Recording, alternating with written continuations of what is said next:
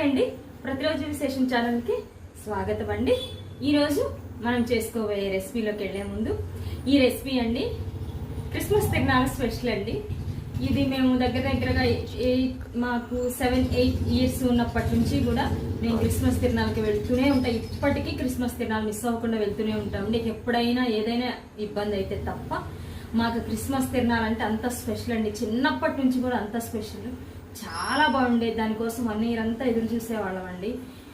వినాయక చవితి తర్వాత క్రిస్మస్ తిరునాళ్ళ మాకు తెలిసిన ఒకే ఒక పండగ, మాకు 90s లో మాకు తెలిసిన ఒకే ఒకటి క్రిస్మస్ తిరునాళ్ళండి. అంత మాకు ఇష్టం అదంటే. ఆ క్రిస్మస్ తిరునాళ్ళలో ఈ రెసిపీ అమ్మేవాళ్ళండి. అసలు అది ఫస్ట్ కొనిచ్చేవాళ్ళు మా మామయ్య వాళ్ళు, బాబాయ్ వాళ్ళు, మా పిల్లలందరినీ, మా సర్కిల్ అందరినీ తీసుకెళ్లేవాళ్ళు. గుంపుగా ఒక 5-6 ఉండేవాళ్ళము. వాళ్ళని మా అందరినీ తీసుకెళ్లి ఫస్ట్ అయితే హాయిగా చక్కగా అన్ని తినిపించి, తర్వాత తిరణాలంతా తిప్పి చూపించి బొమ్మలు కొనిపెట్టి తీసుకొచ్చేవాళ్ళు. తెల్లారి స్కూల్కి వెళ్ళేటప్పుడు ఈ మిఠాయి ఇంత పేపర్లో పెట్టి చుట్టిస్తే అసలు ఎంత అపురూపం అండి. కొంచెం గిల్లుకుంటా తింటా ఉండేవాళ్ళం. నిజంగా ఇవాళ కేజీలు కొనుక్కునే ఇవి ఉన్నా కూడా, కానీ ఆ రోజు ఇంత పేపర్లో చుట్టి ఆ సంచిలో పెట్టుకొని బుక్స్ దాంట్లో పెట్టుకొని వెళ్ళి తినేదే నిజంగా గోల్డెన్ డేస్ అండి, మర్చిపోలేము. ఈ తరం పిల్లలకి ఇదేదో చిన్నది అయ్యి ఉండొచ్చేమో కానీ 90s కిడ్స్కి మాత్రం, 90s లో ఉన్న వాళ్ళకి మాత్రం ఇది వెరీ స్పెషల్ అండి. ఇలాంటి మూమెంట్స్ అనేవి మాకు కూడా అంతేనండి. ఆ క్రిస్మస్ తిరునాళ్ళు అయిపోయిన తర్వాత ఇక మాకు మళ్ళీ సంవత్సరం వచ్చేదాకా ఆ మిఠాయి మాకు ఇదనిపించేది కాదు, ఎక్కడ దొరికేది కూడా కాదు. ఎప్పుడు కూడా బయటకు బూందీ అండి ఇట్లాంటివి ఏవేవో తీసుకొచ్చేవాళ్ళు, ఇంట్లో చేసేవాళ్ళేమో, కానీ ఆ మిఠాయి అంటే అప్పుడు అంత స్పెషల్ అండి. అసలు క్రిస్మస్ తినాలంటే మిఠాయి చెరుకులు, ఈ రెండే మాకు తెలుసు. ఓకేనండి, ఇవాళ బోలు మిఠాయి చేసుకుందామండి. ఇది గట్టి మిఠాయి కాదు, బోలు మిఠాయి అండి. క్రిస్మస్ తిరునాళ్ళలో మాకైతే స్పెషల్ అండి. దీన్ని తోక మిఠాయి అని కూడా అంటారు. ఇదైతే ఈరోజు గట్టి మిఠాయి, అచ్చు మిఠాయి కాదండి, మనము బోలు మిఠాయి చేసుకుందాం. ఓకేనా అండి? ఇదిగోండి, ఇది వచ్చేసి ఈ కప్పుతో శనగపిండి అండి. శనగపిండి ఈ కప్పుతో శనగపిండి, ఈ శనగపిండి సగం అండి. ఈ కప్పుతో నేను తీసుకున్న మెజర్మెంట్, ఈ కప్పులో మీరు ఏ కప్పు అయినా తీసుకోండి, దానిలో ఇది సగం శనగపిండి అండి. సగానికి పైగా శనగపిండి ఉంటుంది, వేసుకోవాలి మనం. ఇదిగోండి ఈ కప్, ఈ గ్లాస్తో వరిపిండి, రెండు కలిపి మనం ఈ కప్పు తీసుకోవాలి. ఓకేనా? చూడండి, మళ్ళీ చెప్తున్నాను. ఈ కప్పులో నేను సగానికి పైగా శనగపిండి తీసుకున్నాను, ఈ గ్లాస్తో వరిపిండి తీసుకున్నాను. దీనికి కంపల్సరిగా శనగపిండి, వరిపిండి రెండు కలిపి అయితే మనం వాడాలి. అచ్చు మిఠాయికి లెక్క, జిగురు మిఠాయి లెక్క మనము దీనికి అచ్చం శనగపిండి బుండి పట్టుకోకూడదండి. కాబట్టి ఈ గ్లాస్తో వరిపిండి వేసుకోవాలి. నాకు ఈ బౌల్ అయింది. ఓకేనా? బెల్లం అండి, మనం ఏ కప్పుతోనైతే వరిపిండి శనగపిండి తీసుకుంటామో అదే కప్పుతో బెల్లం తీసుకోవాలండి. ఈక్వల్ ఉండాలి, రెండు ఈక్వలే ఉండాలండి. బెల్లం పిండి రెండు ఈక్వల్ ఉండాలి. ఓకేనా? సోడా ఉప్పు అండి, మనం తగినంత వేసుకోవాలి. వేసేటప్పుడు చూపిస్తాను ఎంత వేయాలో. ఇవి వచ్చేసి 3 యాలకులు.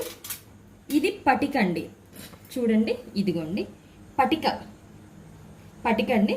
ఇది మనం పాకం పట్టుకునేటప్పుడు వేసుకోవాలి. ఓకేనా? ఇది పటిక, ఇది కంపల్సరిగా ఈ మిఠాయిలో వాడతారండి పటికని. ఓకేనా? ఈ పటిక యాలకులు రెండు కలిపి మనం బాగా మిక్సీ పట్టుకోవచ్చు లేదా దంచుకోవచ్చు. ఓకేనా? ఈ పటిక యాలకులు రెండు పట్టుకోవాలి మనం. సరేనా? ఇప్పుడైతే మనం ప్రాసెస్లోకి వెళ్ళిపోదామండి. పిండి కలుపుకుందాం. పిండి ఎలా కలుపుకోవాలి ఈ తోక మిఠాయికి చూపిస్తాను. ఇదిగోండి, పిండి కలుపుకుందాము.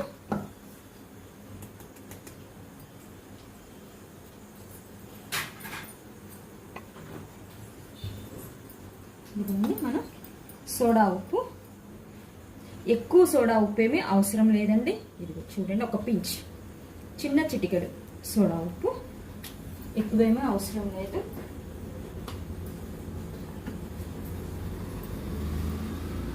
మనకి బెల్లంతో నీళ్లు కూడా కొలతేనండి. మనకి పిండి కలుపుకునేటప్పుడు వాటర్ కూడా బెల్లానికి ఈక్వల్ కొలతే వస్తుంది. కాబట్టి అందుకే నేను ఈక్వల్ గా బెల్లం తీసుకున్నాను. కప్పు పిండికి కప్పు బెల్లం తీసుకున్నాను. మనం పోసుకున్న వాటర్ కూడా మనకి కొలత లెక్కే వస్తుంది.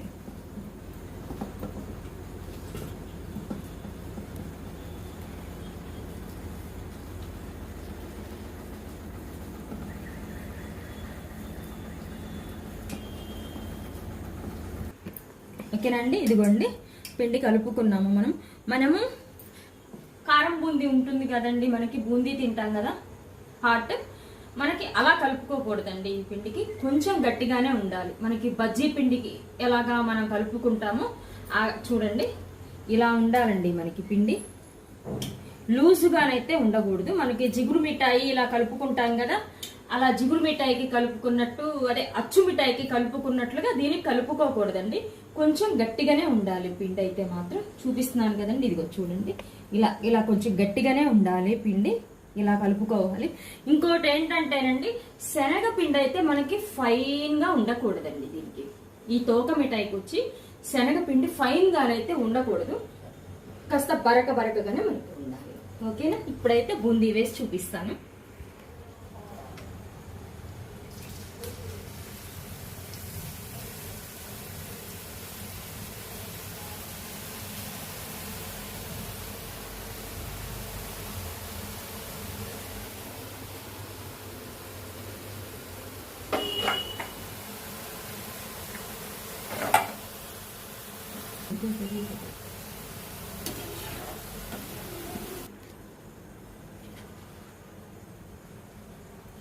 మనకండి ఈ బూందీ మనకి రౌండ్ సర్కిల్ గా పడాలి అనేమి లేదండి.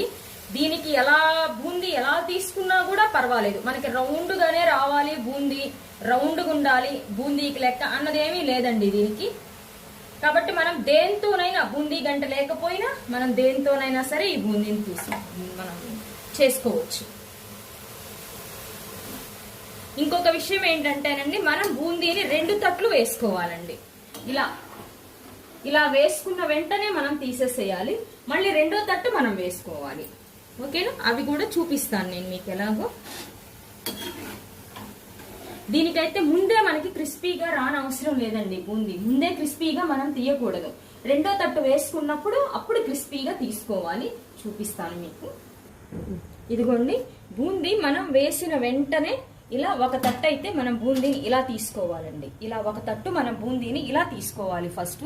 తర్వాత దీన్ని క్రిస్పీగా మళ్ళీ మనం ఇంకోసారి వేసుకోవాలి. అది చూపిస్తాను. ఇదిగోండి, మనం ఒకసారి అయితే బూందీ తీసుకోవడం అయిపోయింది. ఇది మనం వేసిన వెంటనే తీసేసేయాలండి. వేసిన వెంటనే అందులో నుంచి పైకి వచ్చేసిన వెంటనే మనం 1 సెకండ్ ఆగి ఈ బూందీని ఒక తట్టు తీసేసేయాలి. ఇప్పుడు 2వసారి వేసుకుందామండి. ఎందుకు ఈ ప్రాసెస్ దీనికి అంటే, ఇది మిఠాయి మనకి ఎక్కువ రోజులు క్రంచీగా ఉంటుంది, అంటే ఎక్కువ రోజులు కరకరలాడుతూ ఉంటదండి. మనకి 3-4 డేస్ కి మెత్తబడిపోవటం ఇలా ఉంటది కదా, అలా ఉండకుండా ఉండడానికి ఇలా మనం 2 తట్లుగా తీసుకుంటే బూందీని అప్పుడు బాగుంటదండి. క్రిస్పీగా వస్తుంది, తోక మిఠాయి బాగుంటది. చూడండి, ఇట్లా వేగకూడదండి. ఫస్ట్ సారే వేగకూడదు. మనకి 1 సెకండ్ అందులో వేసిన వెంటనే బూందీ మనం పట్టుకుంటాం కదా, వేసిన వెంటనే 1 సెకండ్ ఆగి ఇలా తీసేసుకోవాలి. ఇప్పుడు మళ్ళీ 2వసారి మనం బూందీని వేయించుకుందాము, సరేనా. ఇదిగోండి, మనం మళ్ళీ 2వ తట్టు బూందీని వేసుకుంటున్నాము. ఇదేమీ పెద్ద ప్రాసెస్ కాదండి. ఇప్పుడు కూడా మనకి 1 నిమిషంలోనే ఈ బూందీ వేగిపోతాయి. ఓకేనా, చూడండి మనకి వెంటనే వేగిపోయినాయి బూందీ కూడా. ఇలా వెంటనే వేగిపోవాలి, ఎర్రగా రావాలి బూందీ మనకి. అప్పుడు మనకి క్రిస్పీగా ఉంటదండి. మిఠాయి కూడా మనకి 10 డేస్ అయినా కూడా కరకరలాడుతూ వస్తుంది. లేదు ఇలా ఒక్కసారిగా మనం వేయించి తీసుకున్నాము అంటే అంత బాగోదు మిఠాయి. మనకు ఉంటుంది బోలు మిఠాయి కదండి. ఇదిగోండి, చూడండి మనకి బూందీ ఇలా 2వసారి వేసుకున్నప్పుడు మనకి ఇలా కలర్ మారాలండి. కలర్ మారి ఎర్రగా రావాలి బూందీ. అప్పుడు మనకి మిఠాయి బాగుంటుంది. ఓకేనా అండి. ఒక్కసారి మనం వేయించుకోకూడదు. ఒక్కసారి మనం వేయించుకోకూడదు, వేసిన వెంటనే పక్కకి తీసేసుకోవాలి బూందీని. రెండోసారి వేసుకొని ఒక్క నిమిషం ఆగితే సరిపోతుందండి. మనకి మంచిగా క్రిస్పీగా వస్తాయి, బాగా వస్తాయి బూందీ. ఈ బూందీకి మనకి ఈ బూందీ గంటే వాడాలి, రౌండ్ గానే పడాలి, మనకి బాల్స్ లాగా ముత్యాల్లాగా బూందీ రౌండ్ గానే పడాలి అనేమి లేదండి. దీనికి మనకి ఎలా బూందీ తీసుకున్నా పర్వాలేదు. మనం బూందీ ఎలా పట్టుకున్నా కూడా దీనికి పర్వాలేదండి. ఓకేనా, అయిపోయింది. ఇదిగోండి మనకి బూందీ ఎలా వచ్చినాయో చూడండి. ఇలా మనకేమీ బూందీలాగా అట్లా రావాల్సిన అవసరం ఏమీ లేదు. మనం బూందీని ఈ మిఠాయికి ఎలా అయినా పట్టుకోవచ్చు. కానీ పిండి అయితే మాత్రం కొంచెం గట్టిగానే ఉండాలండి. మనకి మామూలు హాట్ బూందీ లాగా అయితే ముత్యాలలాగా ఏమీ పడనవసరం ఏమీ లేదు. బూందీ ఎలా పట్టుకున్నా కూడా మనకి 2 సార్లు వేసుకొని అయితే ఈ మిఠాయికి తీసుకోవాలి. ఓకేనా. ఇప్పుడైతే ఇవి బాగా ఆరాలండి. మనకి వెంటనేనైతే మనం పాకంలో ఈ బూందీని పోయరాదు. ఇవి బాగా మనకి ఆరాలి, బూందీ ఆరాలి. ఈలోపు పాకం పట్టుకుందామండి. ఓకేనా, మీకు పాకం ఎలాగో చూపిస్తాను. ఇదిగోండి పాకానికి మనకి ఈ గ్లాస్ తో వాటర్ అయితే సరిపోతుందండి.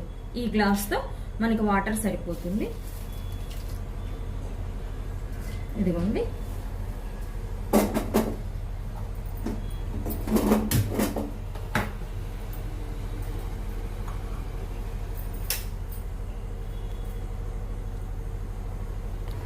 మాకంటే ఆ క్రిస్మస్ తిరణాలకి వెళ్ళాలి అంటే ఆ బజార్లో ఉన్న పిల్లలందరికీ అప్పట్లో అమ్మమ్మలు, నాయనమ్మలు, అత్తమ్మలు, వీళ్ళు మేనత్తలు వీళ్ళందరూ కూడా బాగా ఇట్లా అందరూ కూడా ఇళ్లకు పిలిచి మరి తిరణాలు వెళ్తున్నాము అంటే ఇళ్లకు పిలిచి మరి తలా 10 రూపాయలు, అప్పట్లో 10 రూపాయలు అంటే ఇప్పుడు 100 రూపాయలు లెక్కానండి. అప్పుడు 10 రూపాయలు అంటే చాలా మాకు ఎక్కువ అనిపించేది. అట్లా 10 రూపాయలు, 20 రూపాయలు, 50 రూపాయలు ఇట్లా ఇచ్చేవాడండి పిల్లలందరికీ. వద్దంటున్నా కూడా అలా ఇవ్వాలంట. అలా అప్పట్లో అలా ఉండేదండి. ఆ ప్రేమలు, అభిమానాలు అలా ఉండేవి. ఇంకా వాటితోనే మాకు సరిపోయాయి. ఇంట్లో వాళ్ళు ఇచ్చే డబ్బులు కూడా కాదు, వాటితోనే మాకు తిరణాల్లో అన్ని మంచిగా కొనుక్కునేవాళ్ళం. ఆ పొద్దున్నే తిరణాల నుంచి వచ్చి ఆ కొనుక్కున్న బొమ్మలు ఇవన్నీ పెట్టుకొని చూసుకునే వరకు కూడా మన స్కూల్కి వెళ్ళేవాళ్ళం కాదు. అంత సరదాగా ఉండేదండి. ఈ మిఠాయి అయితే మాత్రం మాకు స్పెషల్. క్రిస్మస్ స్పెషల్ అంటే మాకు ఈ మిఠాయినే అర్థం.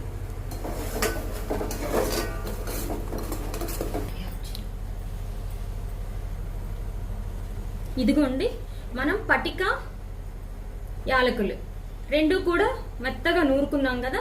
ఇప్పుడు ఈ స్టేజ్ లో వేసుకోవాలండి. మనం పటిక, యాలకులు ఇప్పుడు వేసుకోవాలి. లాస్ట్ అయితే వేసుకోకూడదు. లాస్ట్ వేసుకుంటే పాకం విరివిరిగా వచ్చేస్తుంది, అంటే పంచదార లాగా వస్తుంది అనమాట.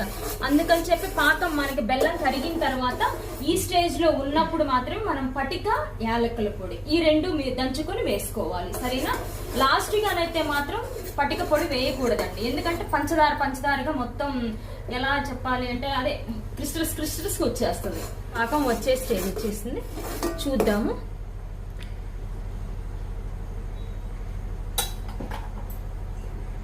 ఇదిగో చూడండి మనకి ఆల్మోస్ట్ పాకం వచ్చేసిందండి. ఇది మనకి జిగురు మిఠాయి లాగా పాకమేనండి దీనికి ఇంపార్టెంట్, లేకపోతే మొత్తం చెడిపోతుంది. పాకమే మనం మంచిగా తీసుకోవాలి. ఇదిగోండి చూడండి మనకి జిగురు మిఠాయి లాగా గట్టిగా ఏం తీసుకోని అవసరం లేదండి. ఇదిగో చూడండి ఈ స్టేజ్ లో మనకి పాకం వచ్చేసింది. ఇలా ఇదిగోండి ఇలా గట్టిగా మనకి తీగ గట్టిగా మన చేతికి అంటుకొని రాకూడదండి. అలాగా ఇదిగో చూడండి ఇలా వచ్చేసింది మనకి మిఠాయి. ఇప్పుడు మనం దానిలో పోసేసుకున్నాం.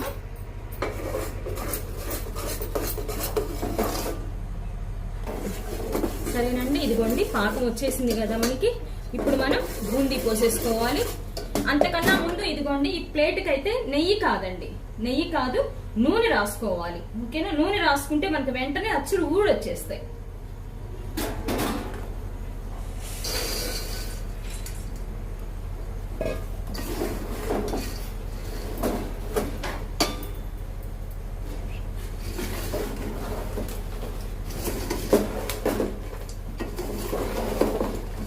చూడండి అంతా బాగా మనం కలబెట్టుకోవాలి.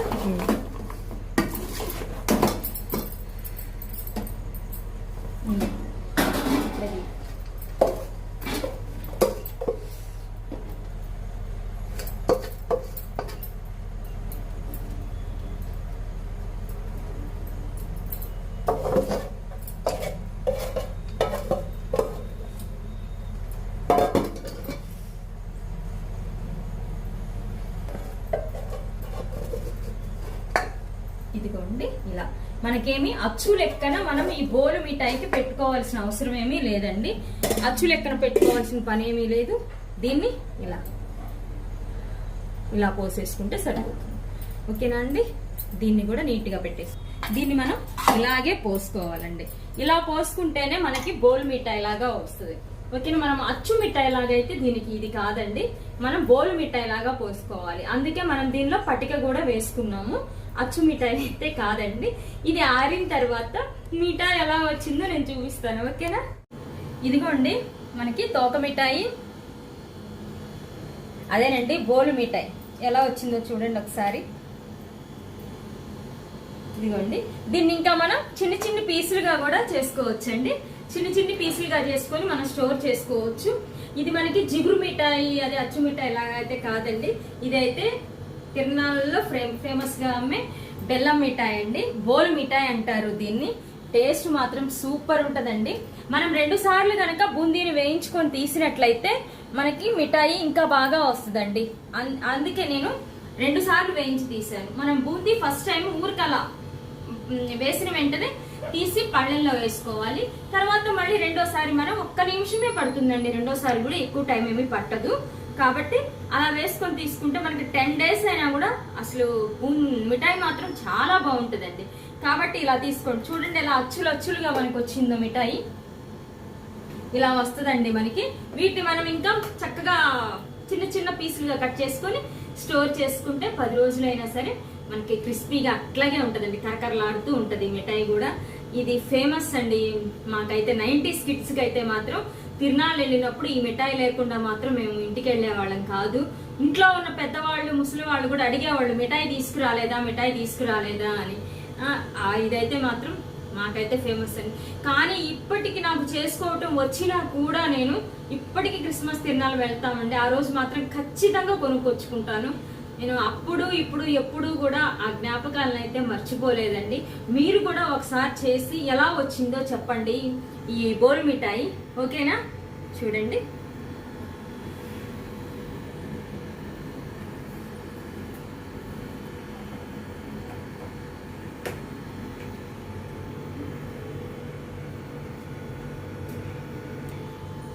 బోల్ మిఠాయి అండి. మీరు కూడా చేసుకోండి. ఈజీ చేసుకోవటం కూడా, కానీ చాలా బాగుంటుందండి. మనకి 90s లో ఉండే మిఠాయి టేస్ట్ ఖచ్చితంగా వస్తుందండి. ఓకేనా? మీకు నచ్చితే లైక్, షేర్, సబ్స్క్రైబ్. బాయ్.